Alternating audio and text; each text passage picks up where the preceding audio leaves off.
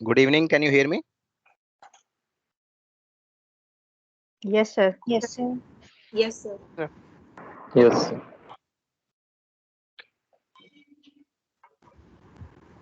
Actually time से 2 minute पहले login हो जाए तो बेटर रहता है, क्योंकि फिर मेरे को पूरे टाइम तो एडमिट करने में लग जाता है, फिर एडमिट करने में डिस्ट्रैक्शन होता है।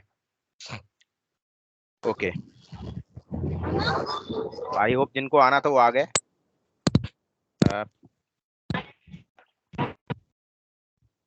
Please mute your mic all members. कहीं से डॉक्टर शालवी आपका अनम्यूट हो रहा है mic.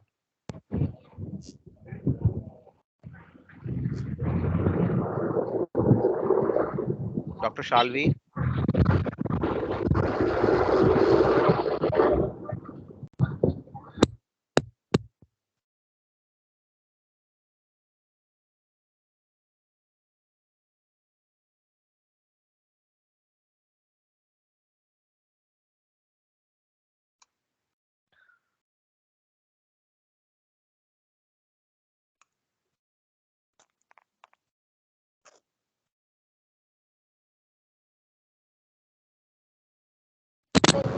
people are joining very late. Please be on time. So I am starting with the topic how to prepare for the Public Service Commission, or you can say about UPSC also. Who is unmute? यार ये तो यही करते रहेंगे क्या बैठ के? Doctor नगमा और doctor Shalvi. Good evening, sir. Better to remove from the meeting. That's would be good. So first of all, I want to say that those who are attending this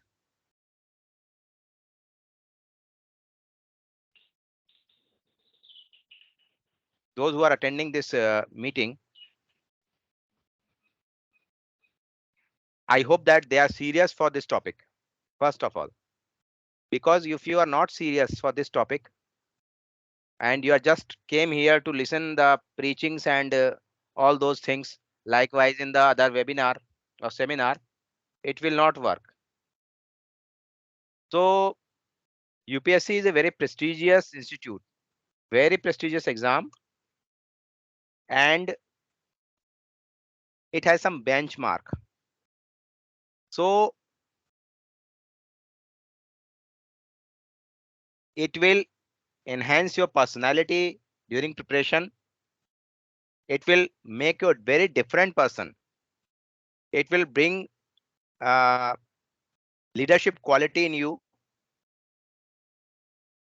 So if you are not serious about your passion, if you are not serious about what you want to do, so please don't attend and don't join my group from next time, because I just only encourage those persons who are serious.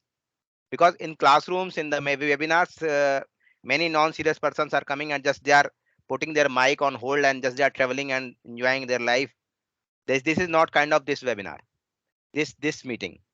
I am not saying it webinar also, because I am very passionate about this, and I also want all of you that you will conquer this exam, you will reach at your goal, and 1%, 2%, if I can help for achieving your goal, I will be very happy. So as I told you that this is a very prestigious exam, so there are some what you can say, there must be some planning. There must be some, many people persons are joining very late. So first of all, when are you joining this meeting, you please be attentive and be punctual to join this meeting. I am saying this to who joined very late here, because I am admitting only today. I will not admit you in future. So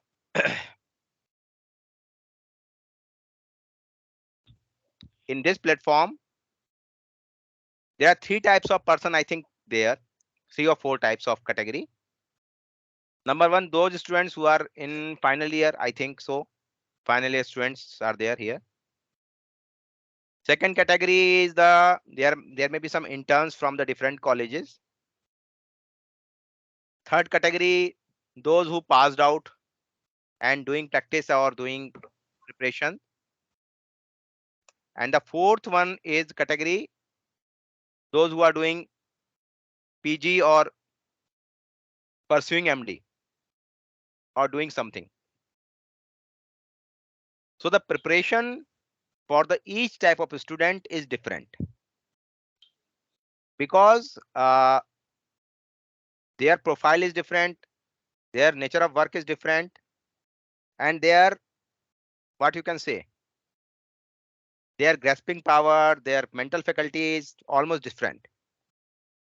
As you as we can share that who those are practicing here are totally different from the final year students, because final year students are just reading and just rectifying all those things and just going to pass and then appear in the final exam. Then they come to the internship. The internship people are supposed to be very good doctor. They are supposed, after that they feel that they are just coming to on the road after just after finishing of internship. And those who are practicing are the facing the real challenges in this world. And those who are pursuing MD or PG are in the line to get more higher skills or more good things or certain things which you want to learn apart from your BHMS syllabus. So the common thing in all of four, the common thing is you have to be laborious. The first baseline is you have to be laborious. There is no shortcut way. There is no tips or mnemonics for this. You have to study hard. You have to do labor. You have to open your all senses. You have to you have to read newspapers also. You have to, what I can say, be touching with the current world, current phenomena, from health topics also, as well as from the different topics. You have to be very vigilant, because you are going to be a class 1 gazetted officer, which is similar to the rank of an IS officer. So, and please keep in your mind that you will crack this exam. The first thing that you have to keep this, that I will crack this exam. Second thing, since it takes time to publish advertisement, because now I think 36 medical officers exam have been finished, and before that all that 10 or 12 medical officer exam for Delhi also finished. So when vacancy will come, when vacancy will publish, then you will start to prepare. That will be too late. That's why 90% students are failed to qualify this exam. So is there anybody in this group who has attended previously any public or faced any public service commission exam in this group? Just I want to ask, is there anybody who Once. Yes, sir. what is your name? Sir, Ved Prakash. हाँ doctor वेद, आप दिख नहीं रहे. हाँ, इधर हाँ sir. हाँ, good evening, good evening. Okay, Dr. Ved and Dr. Neha, you also attended. Yes, sir. Okay, okay. So did you evaluate what were the shortcomings, or what were the things? What was your experience, Dr. Ved? First of all, you tell me. Dr. Ved is now lecturer in assistant professor in medical college in Kolkata, and he just Yes, sir. he was very good friend of mine, and he just passed a PG in our from NHMC, and now he is UPSC aspirant also, as well as a lecturer also. So please Yes, sir. give your view on this. Sir, it was kind of थोड़ा सा tough था. Easy भी नहीं कह सकते, tough भी नहीं कह सकते, लेकिन ठीक था. लेकिन हमको लगता है कि यहाँ से एग्जाम इजी होगा, ये होगा, वो होगा, लेकिन वैसा नहीं होता है. जब हम एग्जाम में बैठते हैं तो थोड़ा हमको समझना, क्वेश्चंस को समझना और करना बहुत मुश्किल होता है. 2 बार मैंने दिया, 2 बार तो ऐसे ही लगा मुझको. जैसे जी, मैं जी. मतलब मुझको लगा था कि इजी होगा, लेकिन इजी नहीं था. जी जी. वहां जाके समझ में आता है. बिल्कुल बिल्कुल. तो आप अपनी शॉर्टकमिंग्स पे काम कर रहे हैं, क्योंकि जी अभी तो जी लेक्चरर की भी वैकेंसी आने वाली है, बहुत जल्दी आने वाली है. जी जी एक जी साल जी के जी अंदर आने वाली है, तो आप तैयारी रखिए जी. अच्छे अभी से. कुछ, हाँ, कुछ आई हुई हैं और कुछ हाँ, आने वाली हैं, तो तो उसी के बिल्कुल लिए बिल्कुल. प्रिपेयर करना. जी स्कोप की कमी नहीं है, बस एक बार एटीट्यूड हो जाए ना सही, तो सब हो जाएगा. जी जी डॉक्टर जी. नेहा, आप बताइए. जी. सर एक्चुअली मोस्टली सारे सब्जेक्ट कवर होते हैं यूपीएससी के एग्ज़ाम में, तो from first BHMS to fourth BHMS, तो वो एक एक्सपीरियंस था. हम लोग क्लिनिकल प्रैक्टिस करते हैं, तो वही बेस्ड था, क्लिनिकल बेस्ड था इस बार का यूपीएससी एग्ज़ाम. प्रैक्टिकल बेस्ड था, तो डिफरेंट था. टाइम थोड़ा कंज्यूम होता था. इट वाज so 2 hours में we have to solve 150 questions, and उसमें भी logical, and it was very difficult to sort out of 4 options. We have to think that. Dr. Neha is also lecturer in medical college, so she is very good student also. And just I want to ask Dr. Neha that when you gave your exam, now you have seen that you have now passed or you have not qualified. Then what? Then after that, what you have did? क्या किया आपने? Sir, actually I was expecting for cut-off marks so that I can improvise, because अभी तक वो listing नहीं हुआ है cut off marks अच्छा. का. एक बार वो पता चलता है कि तो हम उसके अकॉर्डिंग प्रिपेयर कर सकते हैं, बट अभी तक वो आया नहीं है.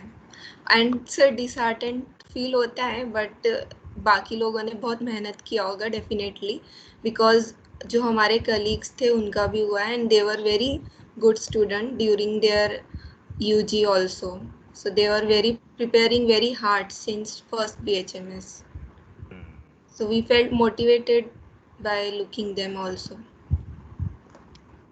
Those who are joining late, I am telling you, you are not the candidate for UPSC. मैं बुरा मत मानना मेरी बात का. तो आप लोग अगर पंक्चुअल नहीं हो, आप लोग टाइम से नहीं आओगे, तो आप वो मटेरियल ही नहीं हो. अच्छा. सो जो आपने बताया, अपनी बातें जो आपने बताई डॉक्टर नेहा, इसमें आपने ये कहा कि आपको आंसर की या वो नहीं मिल, ये नहीं मिला, क्या नाम है, आपको अभी तक मार्क्स नहीं मिले, है ना? तो मार्क्स के चक्कर में आप क्यों हो? आपने एनालाइज खुद किया क्या आपने हर क्वेश्चन को जा करके? यस सर, एनालाइज किया. तो उसमें आई डोंट थिंक कि उसमें ज़्यादा मेरे करेक्ट थे. मतलब परसेंटेज के हिसाब से कितने परसेंट रहे होंगे correct? Sir 40, I think 40. And there must be, I think in written there must be somewhere 70% के आसपास होने चाहिए. Yes sir. 70-75% करेक्ट होने चाहिए आपके. यस तो सर. आपको इंटरव्यू में बुलाया जा सकता है. And it's very tough process. ये कोई आसान नहीं है। आप 10,000 5,000 लोगों में से आपको सिलेक्ट कर रहे हैं 35 लोग, तो आप सोचो कि कितना प्रेशर है। Yes. और आप ये भी देखिए कि जो क्वेश्चन का लेवल है वो अलग अलग तरीके का होता है, और प्लस आप अगर एक क्वेश्चन गलत करते हो तो आप कितने पीछे जाते हो। तो इसलिए आपको बहुत सोच के समझ के सीरियसली तैयारी करनी होगी, सीरियसली इस चीज को आपको लेना होगा, तब तो आप इसको क्रैक कर लोगे। अदरवाइज वही वाली बात है, hit and trial hit and trial hit and trial, तो वो उससे फिर Yes, फायदा नहीं। तो जो भी कर रहे हैं वो बाय हार्ट, मन से, बिना फ्रस्ट्रेट हुए करें, क्योंकि फ्रस्ट्रेशन आ जाती है। आप तैयारी कर रहे होते हो, मोनोटोनस होता है आपका टाइम, रोज वही पढ़ना, रोज वैसे ही उठना, रोज वो करना।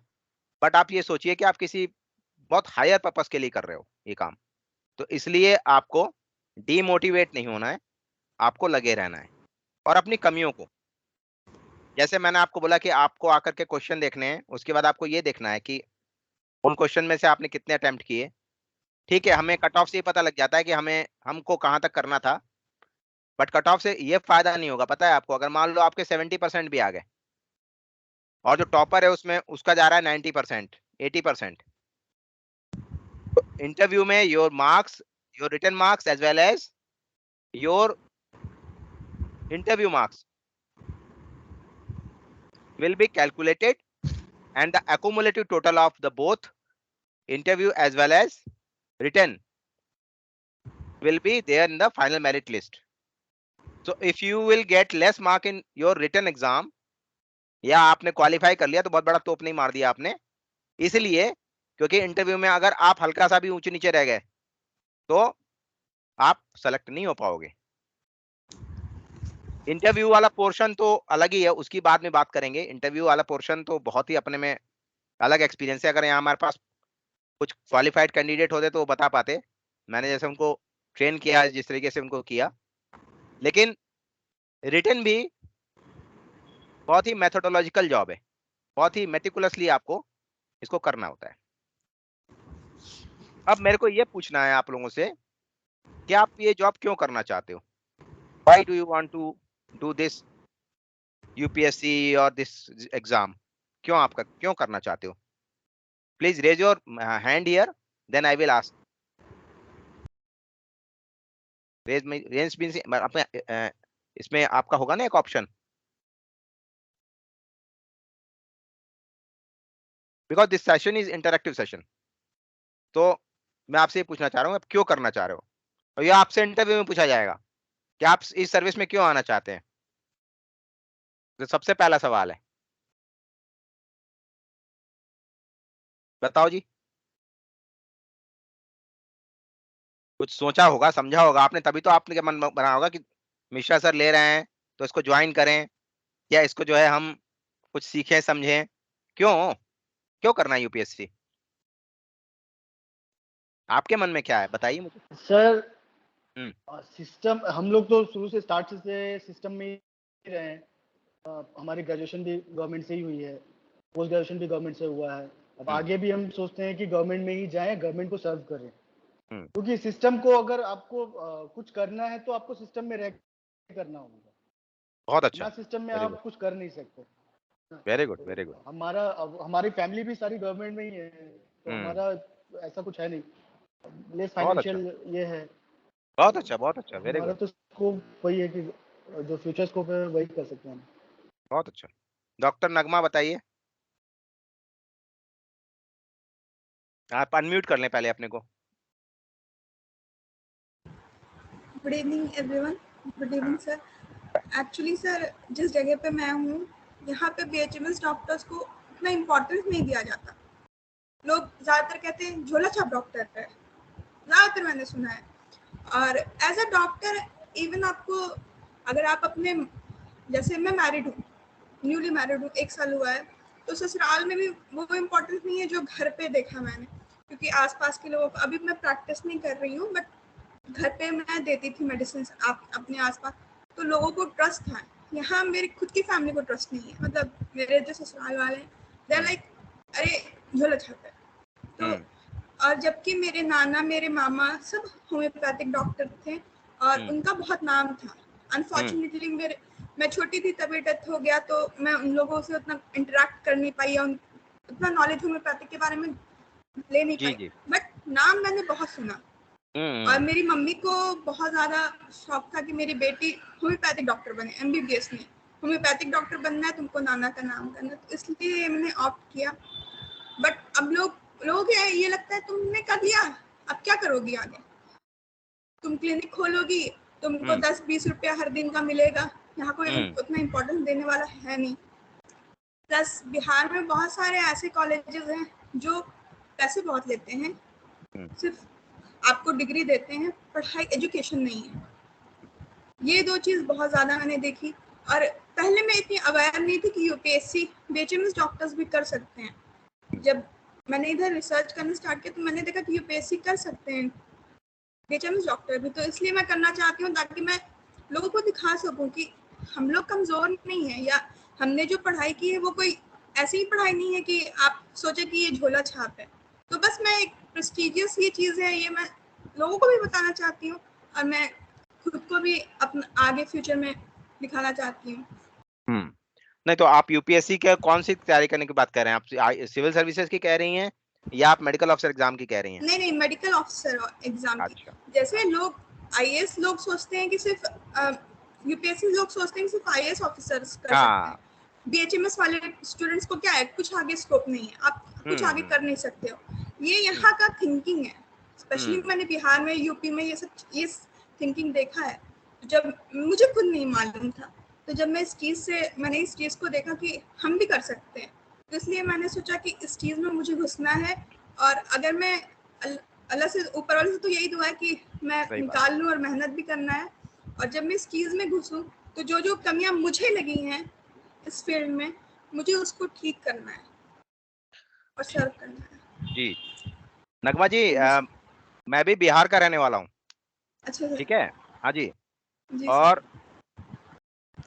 एक बात यह है कि वो आपने सही कहा कि आपका कॉलेज ने जो है सिर्फ फीस लिया है।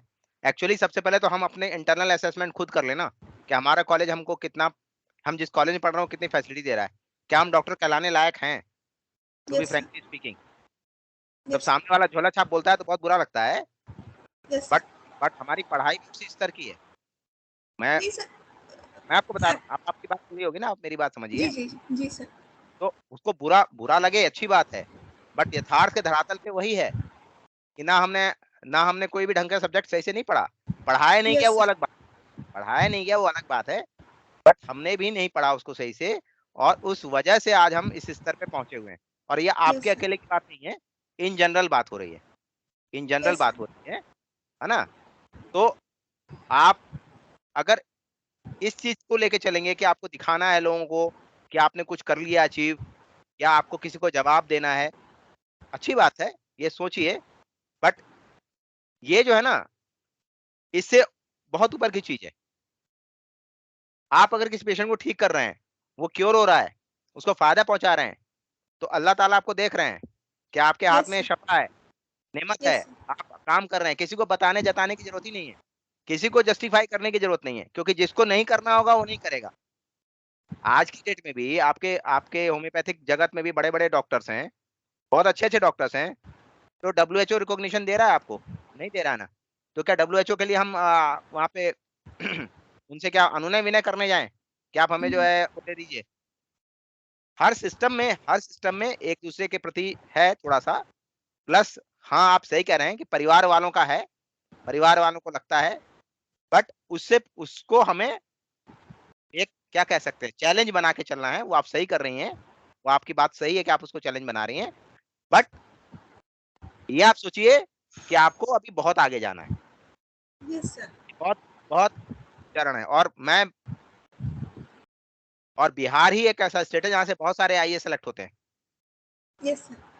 एडवर्स सिचुएशन में ही आपको ज्यादा फ्लरिश होने का मौका मिलता है। कमल भी किसमें खिलता है, कीचड़ में खिलता है ना। Yes sir.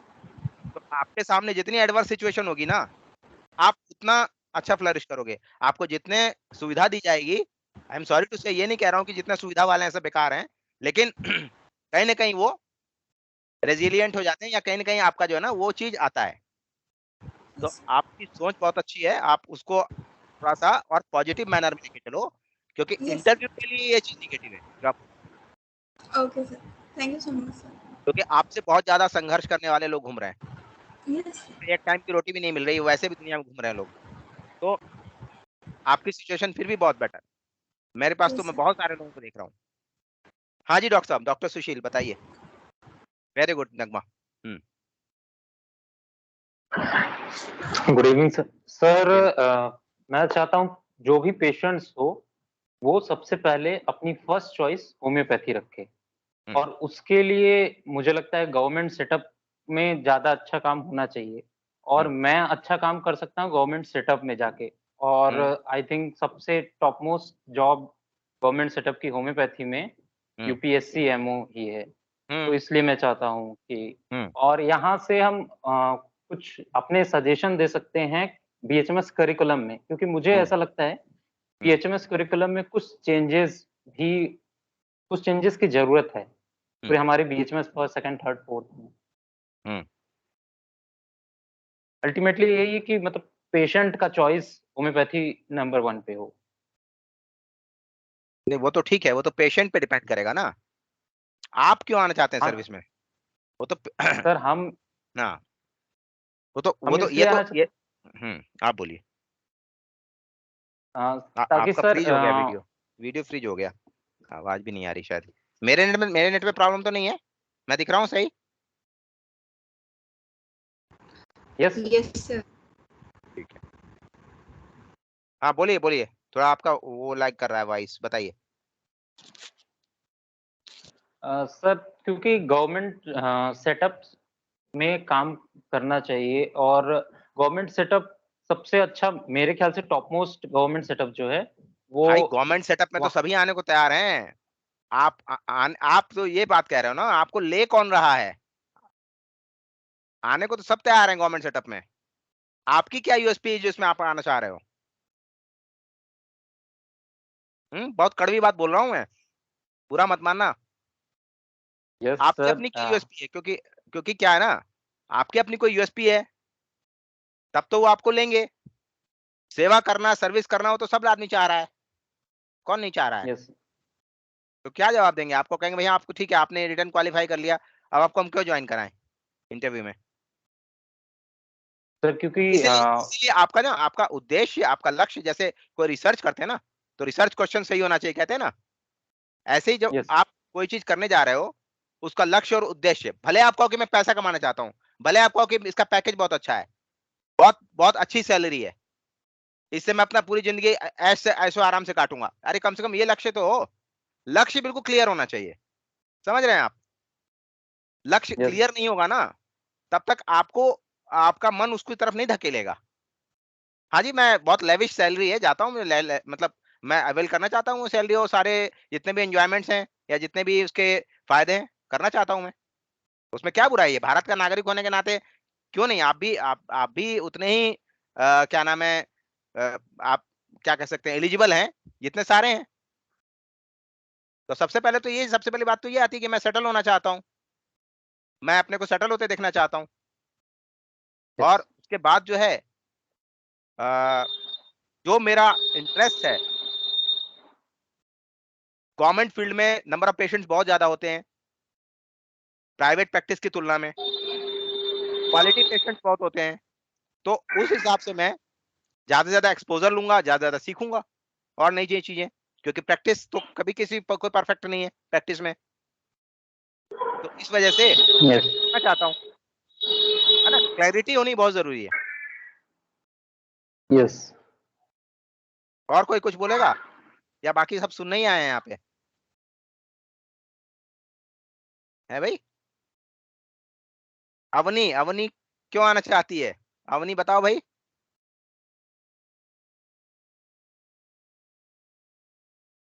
अवनी मेहता, सुन रहे हैं मुझे? Good evening sir. हाँ जी गुड सर। इवनिंग, कैसे हो? सर मैं ठीक हूँ जी, आप बताओ। कैसे सर? फाइन फाइन, बोलो। ये मेरे स्टूडेंट नहीं है इसलिए मैंने इनको पकड़ के लाया हूं मैं। जी सर। सबसे सर पहले मेरा टीचर अपने कॉलेज के बच्चे को ग्रिल करता है। हाँ बताओ जी। Yes sir. सर मैंने तो इसलिए ज्वाइन करना था बिकॉज जैसे आपने बोला कि नंबर 1 है इसके एक हैंडसम सैलरी प्रेस्टिजियस मिलेगी, है। तो एक फिक्स्ड हाँ जी एक फिक्स सैलरी आएगी। बिकॉज प्राइवेट प्रैक्टिस में ऐसा है कि कभी 10 पेशेंट्स आ रहे हैं, कभी 5 पेशेंट्स आ रहे हैं, बट वहाँ पे है कि हाँ सिंस गवर्नमेंट सेटअप है तो ट्रीटमेंट भी फ्री ऑफ कॉस्ट होता है, तो फिर वहाँ पे उसी हिसाब से मतलब पेशेंट ज्यादा देखने को मिलते हैं in comparison to this. Plus वही सैलरी का तो है ही कि हाँ वो साइड बाय साइड ठीक है, अपनी मिलेगी। तो ये बाकी जितनी बातें हमने बोली इसके अलावा कोई कुछ बोलना चाह रहा हो? ओजस्वी पराशर जी प्लीज बोलिए। Doctor Ojaswi. Good evening sir. अच्छा, yeah good evening sir. Good evening, where are you? Sir I am unable to see you. I am from sir, camera on है? ओके, कैमरा ऑन है? हाँ हाँ नाउ Yes. यस यस बताइए। Sir जैसा कि अभी अपन discuss कर रहे हैं कि एक हैंडसम सैलरी है वो तो है, और हम हमारे साइड में क्या है कि थोड़ा सा गवर्नमेंट प्रैक्टिस जो गवर्नमेंट नौकरी जो होती है, सरकारी नौकरी, उसको बहुत ज्यादा तवज्जो भी दी जाती है। और जैसा कि मैं घर में बड़ा हूँ, मेरे ऊपर बहुत सारी जिम्मेदारी है। अभी I am not married yet, और घर भी है। आई am from middle class family, बहुत कुछ देखना है। मैंने अपना क्लिनिक कर रखा है, practising since 2 years, but it's not going that well कि मैं ये सारी जिम्मेदारियां निभा सकूं। तो मैं उस पर्पज से ये चीज देखना चाह रहा हूँ। अच्छा, इसी जवाब पे मेरे को यूपीएससी में बोल दिया था कि आप जो है ना निकम्मा होना चाह रहे हैं। ये जो आपने जवाब दिया है ना, यही जवाब मैंने भी दिया था वहां पे। तो उन्होंने यही बोला था कि आप निकम्मा होना चाह रहे हैं, लग रहा है कि बैठे बैठे आपको ये फ्री फंड में मिलता रहे और आप मेहनत मत करो, प्रैक्टिस में आके गवर्नमेंट जॉब में फक्कड़ बन जाओ। हैं? चलो तो वो बात बात नहीं की बात, होती। इंटरव्यू की बात बाद में करूंगा मैं कि उसका क्या कैसे जवाब दिया मैंने, क्या किया, वो मैं करूंगा आप लोगों से डिस्कस। हाँ मारिया जी बोलिए। Good evening sir. Good evening बेटा, बताओ। जी सर, मुझे इसलिए ज्वाइन करना था यूपीएससी बिकॉज एक तो उसमें ह्यूज पावर रहता है and policy making responsibilities, and second is like there is job security is there and we get this kind of facilities. देखो पावर तो कुछ रहता नहीं है, पहली बात तो आपको क्लियर कर दूं। पावर, क्योंकि हम डीएम बनने नहीं जा रहे हैं या कमिश्नर बनने नहीं जा रहे हैं, पावर तो पॉलिसी नहीं रहता। मेकिंग पॉलिसी मेकिंग में भी हम लोगों को ज्यादा नहीं लिया जाता, वो नॉन यूपीएससी वाले ज्यादा बैठे हुए हैं पॉलिसी मेकिंग में भी, होम्योपैथी की फील्ड में। तो इसलिए उतना नहीं कह सकते। हाँ ये आप कह सकते हो कि आप एक गवर्नमेंट गेस्टेड ऑफिसर, सुनने में अच्छा लगता है, आप आधार कार्ड में ऐसे अटेस्ट कर सकते हो और आप कई चीजों में अपना योगदान दे सकते हो, डॉक्यूमेंट्स अटेस्टेशन में और चीजों में, या इलेक्शन ड्यूटीज में आपको सेक्टर में स्टेट का रैंक मिलता है, आप और दूसरी चीजें कर सकते हो। दैट्स वो थोड़ा सा आपको फैंसी लगेगा, अच्छा लगेगा, बट पावर तो नहीं है। कोई नहीं, पावर बहुत है ना, पेशेंट ट्रीट करने की पावर है हमारे पास, है कि नहीं? इससे बड़ी पावर क्या चाहिए? तो ठीक है, अब मैं जितने भी यहाँ पे लोग हैं, मेरे ख्याल से ये इस चीज को लेके यूनानिमसली एग्री हैं कि जितने पॉइंट्स थे जिसके लिए हम लोग तैयारी करने जा रहे हैं उससे एग्री करते होंगे मेरे हिसाब से, और कोई पॉइंट बचता नहीं है। सो एक चीज ऐड करना चाहूंगा सर। हाँ हाँ बोलिए बोलिए। मैं एक चीज ऐड करना चाहूंगा। गवर्नमेंट जॉब में इतना एक्सपोजर है, अगर आपको कुछ रिसर्च करना है या आपको पेशा अपना प्रैक्टिस ही में कुछ करना है, प्रैक्टिस अगर आपको अच्छी करनी है, तो गवर्नमेंट से अच्छा और आप कहीं नहीं मिलेगा। आपको प्राइवेट लाइफ में इतना अच्छा एक्सपोजर नहीं मिलेगा जितना आपको गवर्नमेंट में मिलेगा, और उसमें आप अपना अच्छा रिसर्च भी कर सकते हो, आप किसी भी मेडिसिन पे अच्छा रिसर्च कर सकते हो। नहीं वो बात ये तो भी आपकी एक सही बेसिस है, आता है। नहीं वो सही है, वो ठीक है आपकी बात, बट हम आपको बता रहे हैं कि ऐसा नहीं है कि प्राइवेट में नहीं होता। प्राइवेट में देखो, अभी प्राइवेट के जितने भी आप रिनाउंड प्रैक्टिशनर्स हैं, प्रफुल्ल विजयकर जो अभी चले गए बेचारे, उसके अलावा आप देखो राजन शंकरन, उसके अलावा आप देखो आपने डॉक्टर पारिक हैं अपने आगरा से, क्या नाम का, आलोक पारिक, है ना, डॉक्टर गिरीश गुप्ता फ्रॉम लखनऊ, है ना, ये सारे रिनाउंस फिजिशियंस हैं और सारे प्राइवेट प्रैक्टिशनर्स हैं, और सबने अपने अपनी फील्ड में झंडे गाड़ रखे हैं, मतलब उनकी अपनी यूएसपी है। जी जी। तो ये जी कहना जी। मतलब अतिशयोक्ति होगी कि केवल गवर्नमेंट में ही है। बात ये है ना कि आप फोकस्ड होने चाहिए। अभी के समय पेशेंस नहीं है सर किसी के पास। पेशेंट तो है यार, ऐसा नहीं है पेशेंट नहीं है। नहीं पेशेंट नहीं, हाँ। पेशेंस पेशेंस, अच्छा पेशेंस, अच्छा हाँ हाँ पेशेंस नहीं। ये सही बात कही। उस समय पेशेंस हुआ करता था, तो लोग अपना धीरे धीरे कर लिए। नहीं अभी तो मैं पेशेंस नहीं है, अभी मैं तो सबको अपने जल्दी बच्चों जल्दी को ये पैसा बोलता चाहिए। हूँ कि अगर आपको प्राइवेट प्रैक्टिस करनी है तो आपको 10 साल कम से कम सीट पे बैठना होगा पक्की मारने के लिए। 10 साल का हाँ पेशेंस अगर आपने रख लिया तो आप 1 लाख रुपए जी महीना से कम नहीं कमाओगे। जी और जी, वो लेकिन 10 साल जो है वही 10 सर साल ऐसा जो है ना, पेशेंस है नहीं किसी के है पास। है भी नहीं, और कंडीशंस भी हैं। और जो हम यहाँ से कंडीशनड होके आ रहे हैं कि हम एडमिशन लेने की प्रयास करते हैं एमबीबीएस में, एमबीबीएस में हमारा नहीं हो पाता है तो हम आते हैं यहाँ पे। तो एक तो वो फ्रस्ट्रेशन अपनी सारी उतार देते हैं सिस्टम के ऊपर कि हम एट पार सोच रहे थे वहां कि सर्जन बनेंगे, हर किसी को सर्जन बनना था यहाँ पे। अब वो चीज नहीं हो पाई तो अब वो सारा जो है, और ऐसे कॉलेज में आ गए जहाँ एबीसीडी भी नहीं पढ़ाई जा रही है उसकी, तो वो सारा ना एक क्लब होता जा रहा है, तो पूरा बैकलॉग इकट्ठा हो जाता है आपके फ्रस्ट्रेशन का। और फ्रस्ट्रेटेड ज्यादा घूम रहे हैं, और फ्रस्ट्रेटेड लोग चाहिए तभी हम कंपटीशन क्रैक कर सकते हैं, क्योंकि जो उसमें से 10% नॉन फ्रस्ट्रेटेड होंगे वही कंपटीशन निकाल पाएंगे। फ्रस्ट्रेटेड तो 90% घूम ही रहे हैं, तो वो हमारे लिए लाभकारी हैं। उसका कारण है कि सभी अगर ज्ञानवान हो जाएंगे तो कैसे काम चलेगा।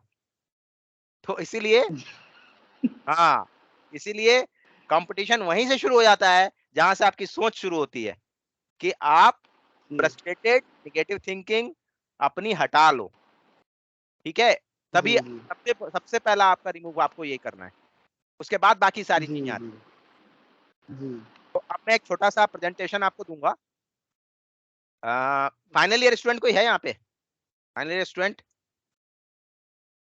Yes sir. कौन बोल रहे हैं? यस सर, शीतल हाँ, सिंह सर। शीतल सिंह। और अभी किसने बोला था अभी? श्रेयवी। श्रेयवी। हाँ, शीतल सिंह बताइए, आप तो फाइनल ईयर में हो, तो अभी से क्यों करना चाह रही है यूपीएससी? सर मैं अपना एक जर्नी बताती हूँ। मैं विलेज से हूँ, गांव से बिलोंग करती हूँ, यूपी से। तो जब फर्स्ट टाइम मैंने बायोलॉजी लेने का सोचा कि मुझे साइंस साइड चाहिए, तो मैं फर्स्ट लड़की थी अपने गांव से। तो मेरे जो टीचर्स थे उन्होंने एक बात बोली कि लड़की होके तुम्हें क्या करना है, तुम्हें शादी करके चले जाना है, तुम्हें तो कोई भी मिलेगा, जॉब मिल जाएगी, कि मतलब जॉब वाला लड़का मिल जाएगा। लेकिन वहीं से मतलब मेरी तो जर्नी सर वहीं से स्टार्ट हुई है, लड़ने वाली, फाइट वाली। कि मतलब मैं लड़कों के साथ बैठती थी अकेले। मैं बहुत करके एक स्कूल था जो मतलब किसी दूसरे स्कूल से अटैच था, मतलब उसका एक ब्रांच थी छोटी सी। वहीं से मेरी जर्नी स्टार्ट हुई है सिर्फ लड़ाई की सर। तो वही चीज दिखाने की मैं एक गांव की लड़की होके भी सब चीजें कर सकती हूँ। और ऊपर से मैं सर हिंदी मीडियम से थी, फिर यहाँ आकाश में कोचिंग मैंने इंग्लिश मीडियम से की थी। तो वो बहुत सारी चीजें मेरे साथ हुई कि मतलब एक साथ हिंदी से इंग्लिश में आना, बहुत सारी चीजें रही सर। अभी और थोड़ा कर लेते हैं सर। देखो, मैं सबसे बड़ी बात बताऊं, मैं बहुत करेजियस मानता हूं उस व्यक्ति को जो अपनी कमियां सबके सामने बताता हो, क्योंकि बहुत करेज का काम है, ये कोई छोटा मोटा काम नहीं है। आप अपनी कमियां, जैसे डॉक्टर नगमा बता रहे हैं, जैसे आप बता रहे हो, अपनी कमियां जो है ना, सबसे पहले बहुत अच्छा है सबके सामने अगर आप बोलोगे, कहोगे। और मतलब इससे ही पता लगता है कि आप कितने ऑनेस्ट हो, कितने ईमानदार हो। और ये हिंदी और इंग्लिश तो एक माध्यम है बोलने का, जी वो सर। सब कोई आदमी उससे पार पा जाएगा, कोई बड़ी चीज नहीं है। बट बेसिक चीज है कि आपके अंदर अपनी लॉ को जला के रखना, जो आप करना चाह रहे हो उसके लिए। जी लॉ सर। जलती रहेगी तो आप अचीव कर लोगे, नहीं लॉ जलेगी तो नहीं हो सकता है। नहीं हो सकता सर। डॉक्टर सुशील, दोबारा पूछना है कुछ आपको? कुछ कहना है? रेज है आपका अभी, आपका हैंड। No sir. अच्छा, तो उसको डाउन कर लीजिए। हो जाता है क्या अपने आप, या हमें करना पड़ेगा? चलो जी, तो अब मैं एक छोटा सा प्रेजेंटेशन आपको दे रहा हूँ, है ना? और यहाँ पे किसी का कोई क्वेश्चन तो नहीं है मेरे हिसाब से? तो एक प्रेजेंटेशन आपको दे रहा हूँ, वो आप देखो।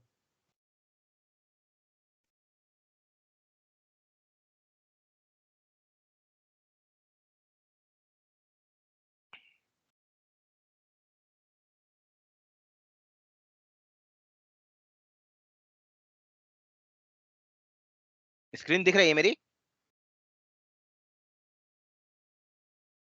Yes sir. Yes sir. Yes sir. ठीक है।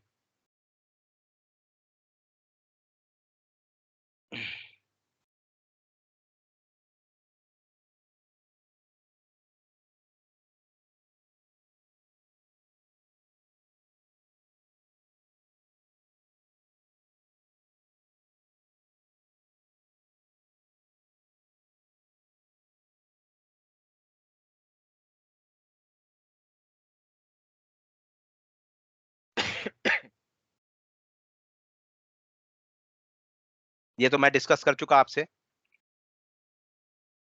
सबसे पहले सेल्फ बिलीफ होना बहुत जरूरी है, अपने में विश्वास होना बहुत जरूरी है।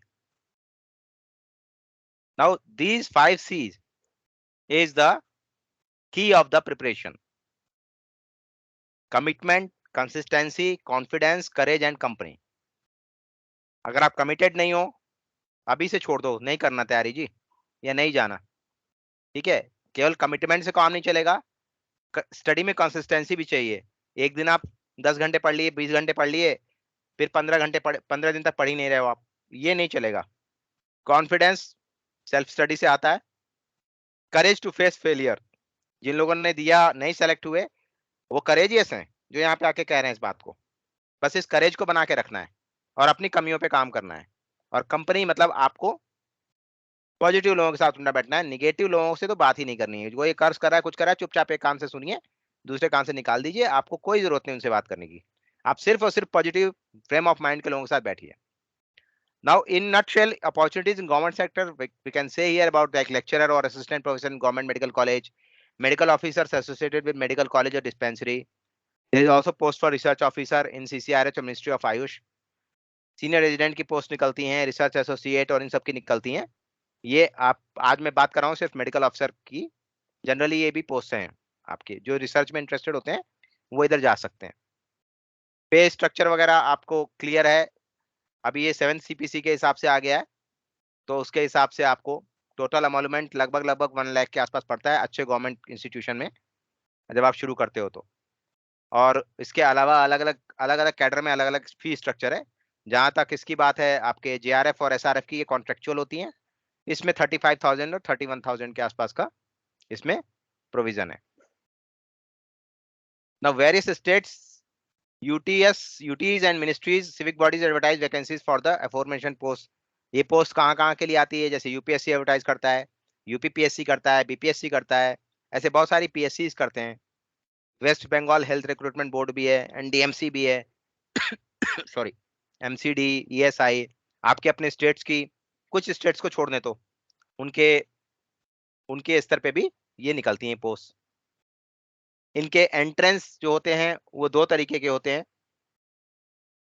Number 1 is written exam and number 2 is interview, and there are some where we face both, means there is written also and interview also. Now UPSC bifurcates exam in the form of written test and interview for the post of lecturer or medical officer, whereas other state service commission may adopt written test or interview on both. It varies from state to state। तो ये depend करता है, कई बार number of candidates बहुत ज्यादा होते हैं तो स्क्रीनिंग कर लेते हैं वो, इसके बाद वो इंटरव्यू लेते हैं। So in UPSC exam the ratio of weightage of written interview is 75:25। और मैं अभी आपको इसको जस्ट एक जनरल आइडिया दे रहा हूं। मैं आज आपको बहुत ज्यादा कुछ बताने वाला नहीं हूं, क्योंकि मैं ये देखूंगा कि आप में से कितने विलिंग हो, उनको ही बताऊंगा। लाइट जलाना यार, उतने लोगों को मैं बताने वाला हूं। इन सम स्टेट कमीशन में, कई कमीशंस में ऐसा होता है कि 90-10 का रेशियो होता है, कुछ कमीशंस में ऐसा होता है। बहुत ही रेयरली 50-50 का रेशियो है कि 50% आपके रिटर्न को वेटेज दिया गया, 50% इंटरव्यू को दिया गया। The merit will be on the basis of written test first, then interview will be done, and approximate 1 candidate among 3 candidates will be selected। ये इंटरव्यू की बात हो रही है। The seats are limited in government sector, so one needs to plan how to study to crack the exam। For the written exam time frame, usually it takes 1 year in the whole process from the advertisement to the recruitment for the post। तो ऐसा है भाई, जो लोग बैठे हुए हैं कि अब जब पोस्ट निकलेगी तब करूंगा, तब पढ़ूंगा, तब शुरू करूंगा, उनका अप्रोच बिल्कुल गलत है। आपको इवन जो फाइनल ईयर वाले हैं वो भी शुरू कर सकते हैं अपने इंटर्नशिप के बाद के लिए, क्योंकि उनको पता है उनका टाइम कंस्ट्रेन है। अगर वो तैयारी भी करेंगे तो वो हार्डली 1 to 2 आवर्स इसके लिए दे पाएंगे। तो अगर कंसिस्टेंटली उसको करेंगे तो सक्सेस कर सकते हैं, ले सकते हैं सक्सेस। सिलेबस आपको सब पता ही है कि आपके सारे सिलेबस के BHMS का सिलेबस पूरा आता है। Some state commission give syllabus then prepare accordingly. उनके अपने कुछ सिलेबस होते हैं, बट जनरली जो आपका BHMS का है वही माना जाता है। So a strategy for written examination, it is based on the experience and survey done among the candidates who are qualified in the concerned state examination or written exam or UPSC through the proper examination process. It contains 5 steps. So our real friends, the book, test yourself, rule out the weakness, plan of study and filtration. So first step है the books। जैसे मेरे से कुछ लोगों ने बोला कि sir आप बुक्स बता देना।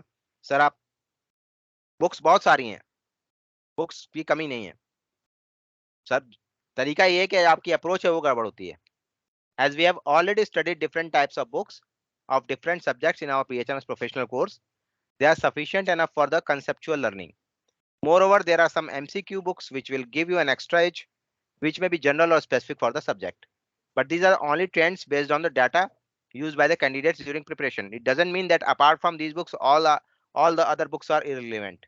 मैं किसी particular book को जो है वो नहीं कह रहा हूं, अगर मैं उसका नाम ले रहा हूं तो इसका मतलब नहीं कि आपको वही लेनी है, आप अपने हिसाब से भी ले सकते हो। लाइक हमारे पास है हॉल होम्योपैथिक सब्जेक्ट्स के लिए, अगर आपको एमसीक्यू करने हो तो जाना रथ की बुक है, crack the entrance doctor Jitesh की है, डॉक्टर अनिल की है, सक्सेस केजन टर्निंग पॉइंट ये सब आते हैं आपके, अक्रॉस सालगुनान भाटिया मुदित खन्ना। यूपीएससी के लिए आपके एमसीक्यूज आते हैं, बी के चौहान सर का आता है, एसएआरपी सीरीज है, पल्स है, इतने सारी चीजें हैं। इसके अलावा स्पेसिफिकली कुछ सब्जेक्ट्स के स्पेसिफिकली बुक है, एप्स भी हैं आपके, होम्योकुल है और भी हैं, वेबसाइट्स भी हैं जहाँ पे जाकर के आप यूपीएससी के करंट पेपर देख सकते हो। तो ये सबका आपको सम्मिश्रण आपको जानना जरूरी है कि आपको किस तरीके से इसमें अप्रोच करनी है बुक वाइज। अभी मैं बहुत इन नटशेल बता रहा हूँ, अभी आपको यहाँ पे बहुत ज्यादा क्लैरिटी नहीं आएगी। Test yourself first, so you try to solve 2 to 3 consecutive last year test paper without any previous study. सबसे पहले बैठ जाओ आप कि जी मैं आज 3 घंटे का यूपीएससी का पेपर हल करके बैठूंगा, जो भी फाइनल ईयर में है और जो इंटर्नशिप में हो तो खास करके बैठ जाओ लेकर के, बोलो 3 घंटे तक कोई डिस्टर्ब नहीं करेगा, उसको पहले अटेम्प्ट करके देखो। उसकी आंसर कीज भी दी होती हैं, आप देखो कि आपके अंदर आप में कितना कितना आपका प्रिपरेशन है, या अगर थोड़ा सा रूडली बोलूं तो कितनी आपकी औकात है अभी तक, जितना आपको याद है कितना आप कितना डूबे हो। It will give you an idea about your current status as well as weakness in all concerned subjects. By adopting this trick, you will be aware by the current status of your knowledge in different subjects and the amount of time and labor is required to remove your weakness in those subjects. इसको categorise किया आपने कि भाई अगर 120 question थे UPSC के, तो मेरे 15 क्वेश्चन प्रैक्टिस ऑफ मेडिसिन के थे, जिसमें से मैं सिर्फ 5 सही कर पाया, 10 मेरे गलत हो गए। इसका मतलब है कि आपका प्रैक्टिस ऑफ मेडिसिन वीक है। अब वो 10 में आपके कौन कौन से चैप्टर में से गया वो आप जाकर के देखो और फिर आपको पता लगेगा उस चैप्टर का आपका कंसेप्ट गड़बड़ है। तो due to less mark you received in your self assessment test, don't give up. कम नंबर आएंगे, आपको परेशान नहीं होना है, आपको एक आइडिया लेना है उससे कि आपको कैसे इस पे काम करना है। Now rule out your weakness, note down the name of the subject and chapter which you have worked upon.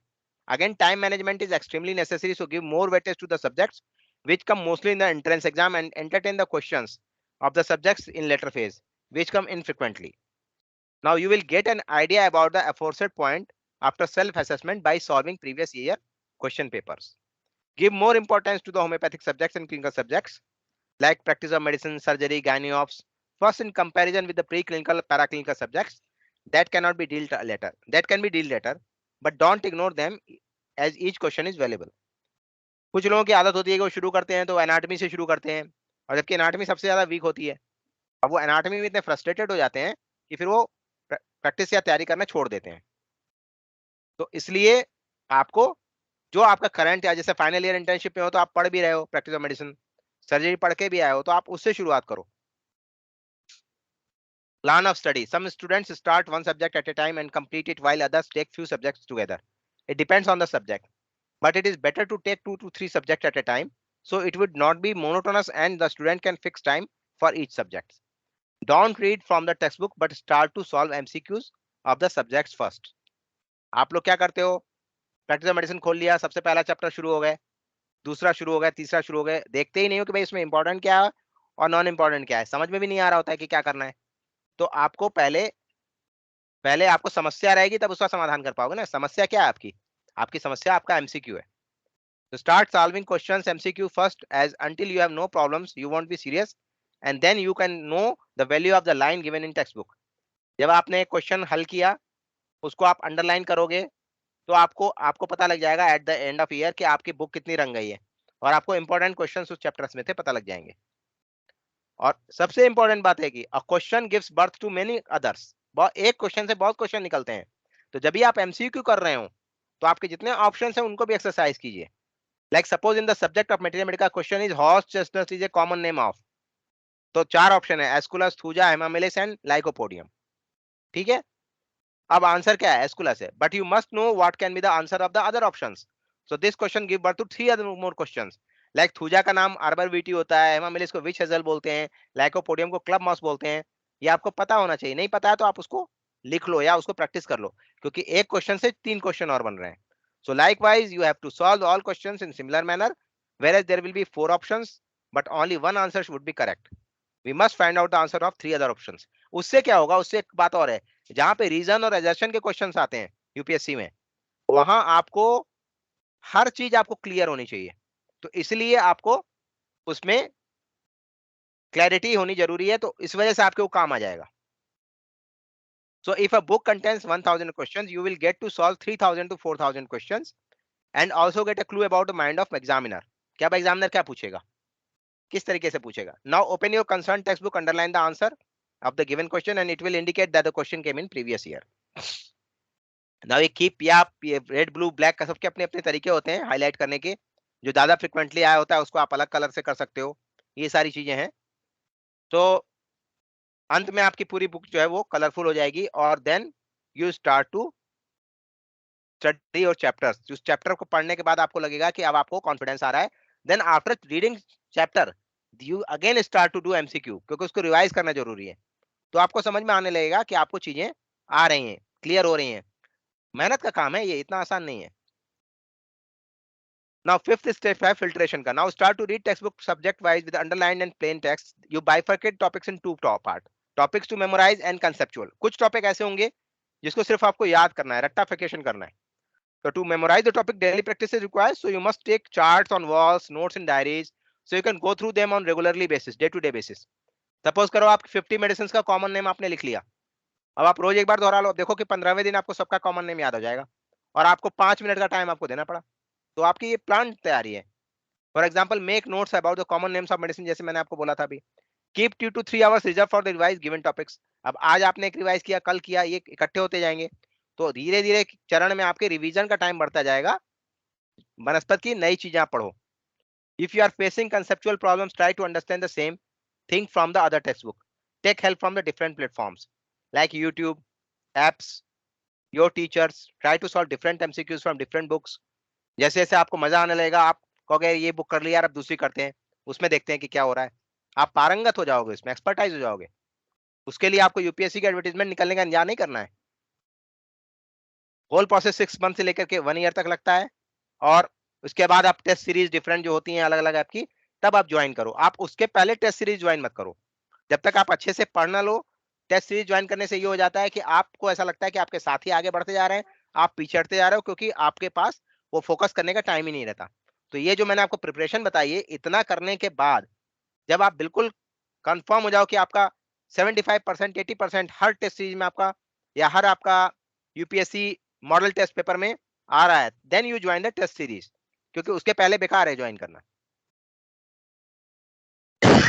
कुछ वेबसाइट्स दी हुई हैं, वो आपको मैंने पहले भी बता दिया, और आप जिनको सॉल्व नहीं कर पा रहे हैं जिन क्वेश्चंस को, उनको टेक्स्ट बुक में देखिए। टेक्स्ट बुक से कंफर्म करना बहुत जरूरी है, एमसीक्यू के आंसर्स कई बार वहां पे गलत लिखे होते हैं, और लास्ट मिनट रीडिंग के लिए आप छोटे छोटे नोट्स बाद में बना सकते हो। तो कॉशन क्या है? डोंट ज्वाइन एनी कोचिंग और test series without prior preparation, as stated in previous slides. We will not be able to cope with the problems and assignments given by them without robust study. When you spend 6 months with your MCQ and textbooks, it will be very easy to solve you. So no coaching will help you when you are unprepared. Ultimately, you are the candidate. A well-prepared candidate will definitely crack the entrance. Otherwise, he will be trapped in the vicious cycle of the failure and mistakes. So just before the exam, ये तो बाद की चीज है, जब exam आएगा तब हम आपको बताएंगे। तो ये एक हल्का सा आपके लिए मेरे को क्या कह सकते हैं, एक आइडिया देना था जो मैंने आपको दिया। आई होप कि कुछ मैं कर पाया, समझा पाया आप लोगों को। तो मुझे भी थोड़ा सा पुश करने के लिए आप लोग, कि मैं आगे भी आपको बताता रहूं और समझाता रहूं, थोड़ा सा अपना एक छोटा सा वीडियो बनाइए, मेरे बारे में बताइए कि आपको कैसा लगा ये टॉपिक। ये भी उसमें बोलिए कि आपका नाम क्या है, आप क्या कर रहे हैं, आपको किसने ये बताया, और ये भी बोलिए कि ये फ्री ऑफ कॉस्ट बताया, क्योंकि ये भी जानना बहुत जरूरी है, लोगों तक पहुंचना बहुत जरूरी है चीजों को, कि जो सीरियस प्रिपरेशन करने वाले लोग हैं उनको भी आना आगे जरूरी है। आप टेक्स्ट में भी लिख सकते हैं, जैसा आपको हो आप करिए। मैं अपना प्रचार नहीं करवा रहा हूँ, लेकिन मुझे ये है कि मुझे भी थोड़ा सा उत्साह मिलेगा आप लोगों को बताने और सिखाने में।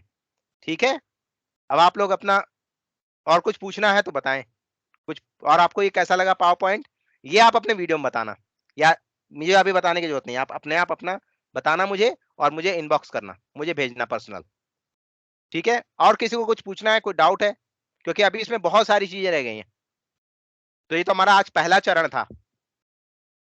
Any doubts please ask.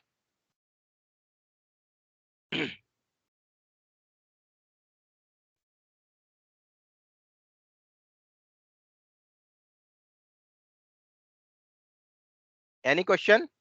No question? तो थैंक यू वेरी मच। तैयारी करिए, आपको जैसे बताया है पहले आप अपने आप फोकस करिए कि आपको करनी है तैयारी, उसके बाद एसेस करिए अपने को, और सबके लिए लेवल का अलग अलग प्रिपरेशन होगा। ये तो एक जनरल है, इंटर्न का अलग होगा, फाइनल स्टूडेंट का अलग होगा, पास आउट का अलग होगा, वो मैं बाद में आपको धीरे धीरे पटरी पे लाऊंगा। तो इसलिए आज के लिए ये टॉपिक आई थिंक सफिशिएंट है, और हमने मेरे ख्याल से 1 घंटा अपना यूटिलाइज कर लिया है। ठीक है, जी sir, thank you. Thank you so much sir. Thank you so much. Thank you so much sir. Thank you sir. Thank you so thank much, you sir. Sir. Thank you so much. Sir.